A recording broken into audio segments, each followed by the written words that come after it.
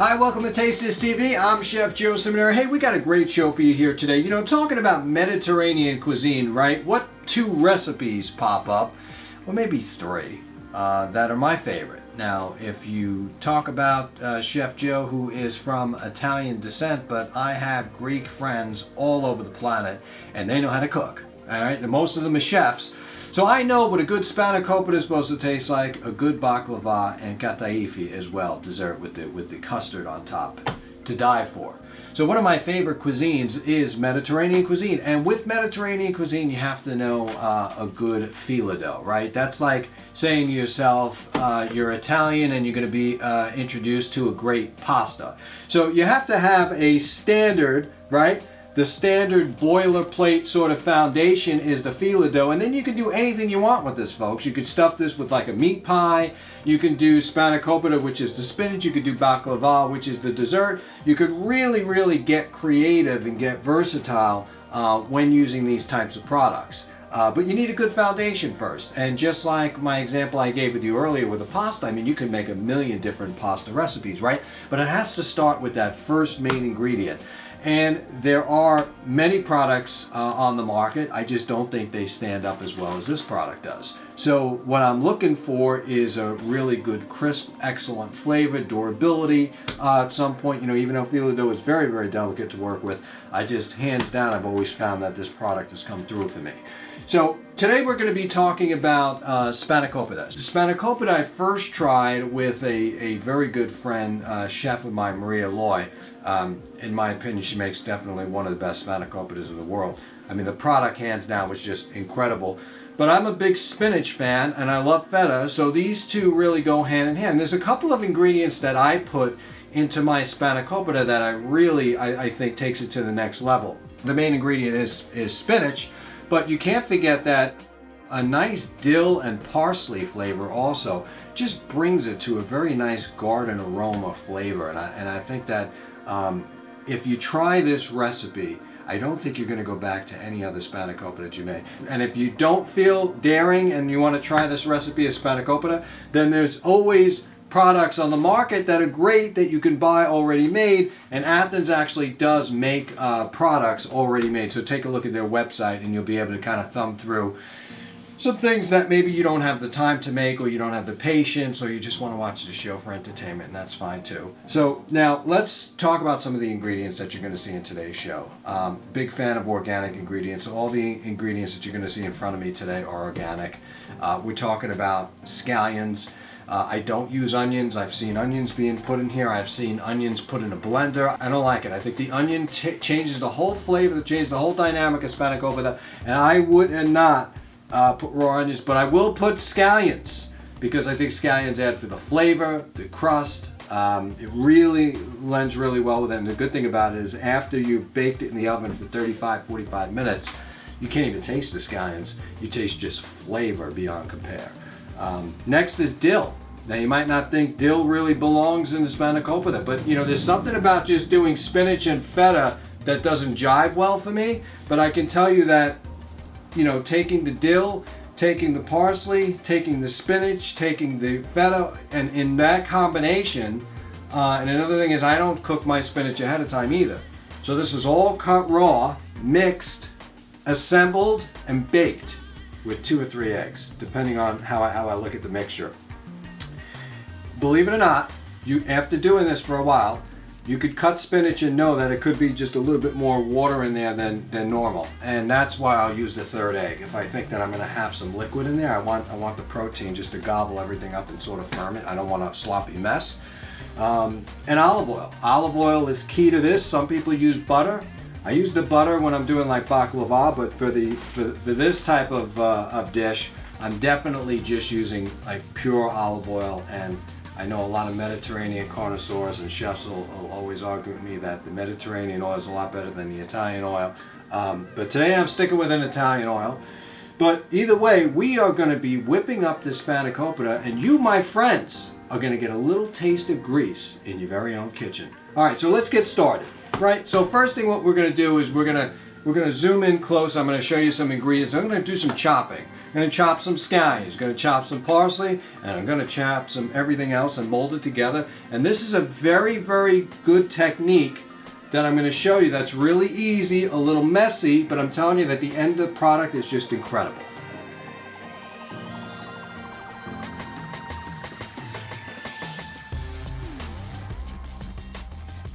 All right, so you're going to take your Athens Phyllo Dough here, and remember, we're only using the brand Athens.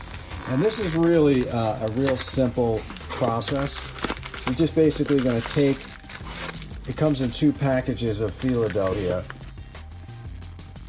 What we're going to do is just cut this off. Just be careful you don't cut the actual phyllo. And this stuff is really versatile. It's easy to use. But there is a little bit of handling that you have to do, and it's good to have a wet rag with you as well, because whatever you don't use, you don't want the phyllo to just sort of get crusty on you, you know, because see how it's folding out really nicely? And this has been thawed for 2 hours. So this is thawed at 2 hours, and this is what it looks like. And we're going to go over to our pan here. And the first thing we're going to do is add some olive oil, extra virgin olive oil. And then we're going to take a piece of this. You can take 2 pieces of the Phyllo Dough or 3. It doesn't really matter. That, you know, when you put your first layer down, it's got to kind of be several layers in there, just for the simple fact you're going to be cutting this bad boy out. And the real trick of this whole dish is to constantly put oil down, you know, when you're putting down the next, you know, the next part of this thing. So we're going to come over here and we're going to roll this and just set it aside for a second. See how I'm rolling it like this? That way it will not get crusty, it will not get dry. We're just going to set it aside and we're going to chop up some of the things that we have here. Now you're going to need parsley. This is flat leaf parsley. Flat leaf parsley is going to go really good with this dish. It's a main ingredient for Spanikopita. You are going to mold it in with the spinach, the scallions, and of course our fresh dill, which is coming up next. But this parsley gives it such a great aroma. You can sort of smell the parsley just coming up at the nose, you know, after you're cutting this up. It really is nice.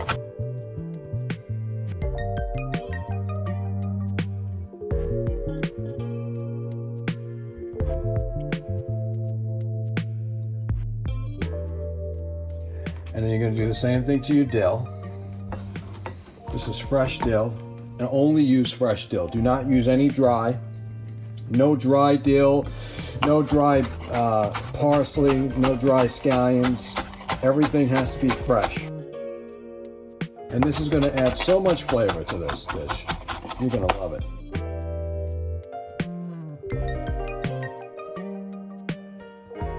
Now we're going to put that right in the bowl.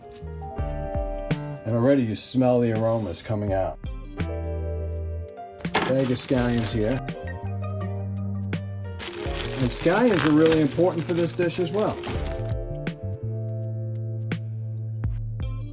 And you're going to do the same thing. And you want to use the white and the green together. Don't just use the green. Now a lot of people like to stay away from the white, but this is all the flavors in here. You know, you go down to the very end of this, and you just put these aside.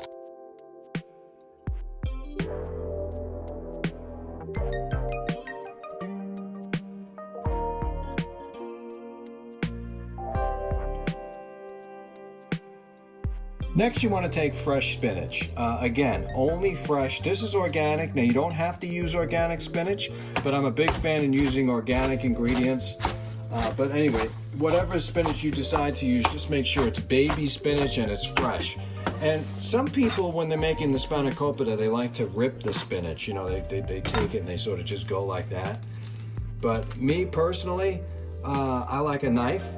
I've even seen some people use scissors. It's not going to release that much water.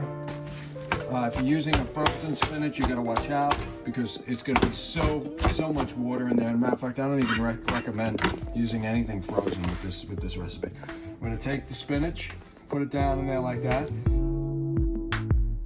And we're probably going to transfer this to a bigger bowl because I want to do one more bag of spinach.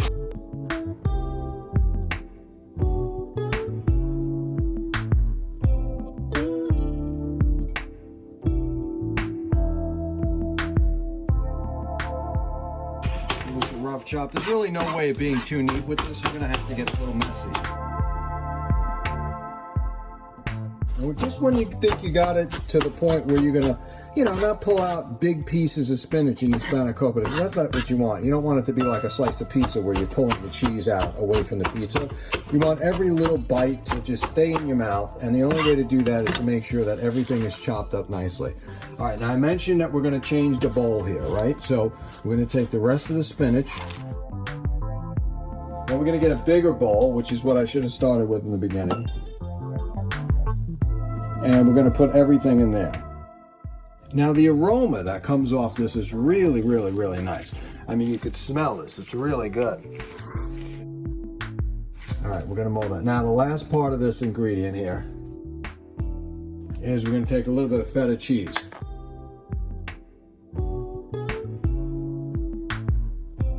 Now you don't need to add salt because the feta cheese has got enough salt in it. And I like to have my feta cheese crumbled, not just in bricks.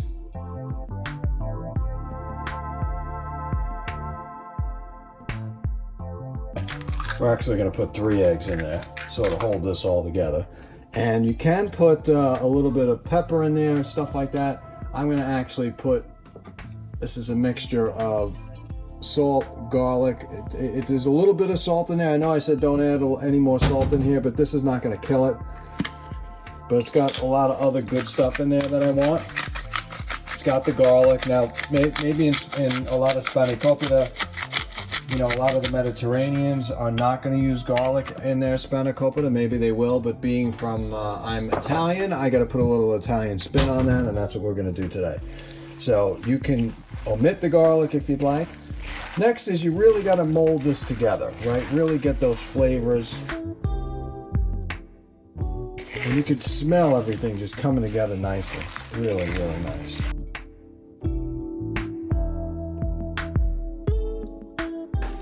Now we're going to put this mixture in the bowl. We're going to put a little bit down like this, and we're going to flatten it down. We got this down. Next, we're going to put another layer of this.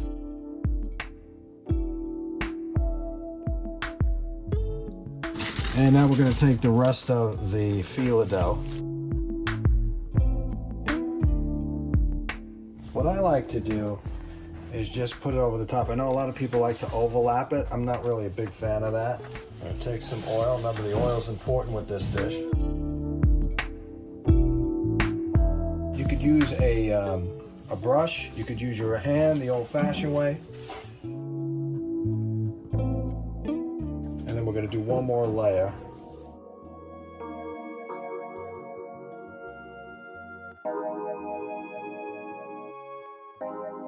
No matter how you do it, you're still going to get a little messy with this dish, and that's what cooking's about. Put the last layer. I like to have 2 sheets. Tuck this in, push it down.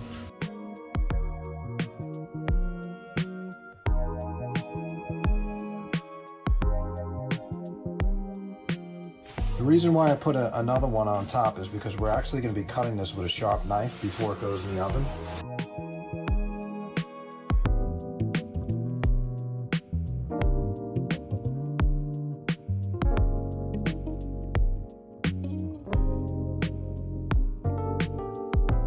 All right, so now what we're going to do is cut the Spanikopita up before we put it into the oven. A very important thing, because you're not going to be pressing down with a knife when this thing comes out hot. You'll just make a bloody mess.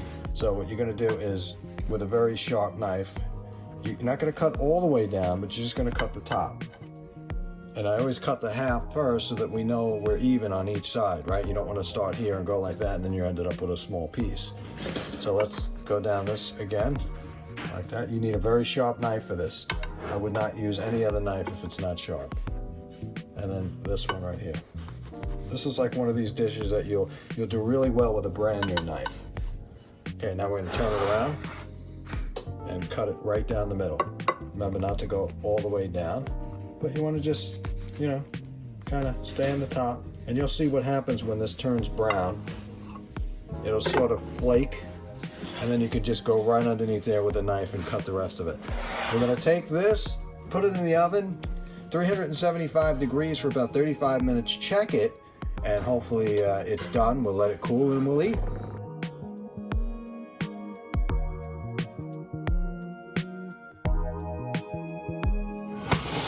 It's some pretty amazing looking Spanikopita made with Athens Phyllo Dough. This stuff is super, super amazing. It's the only one I use.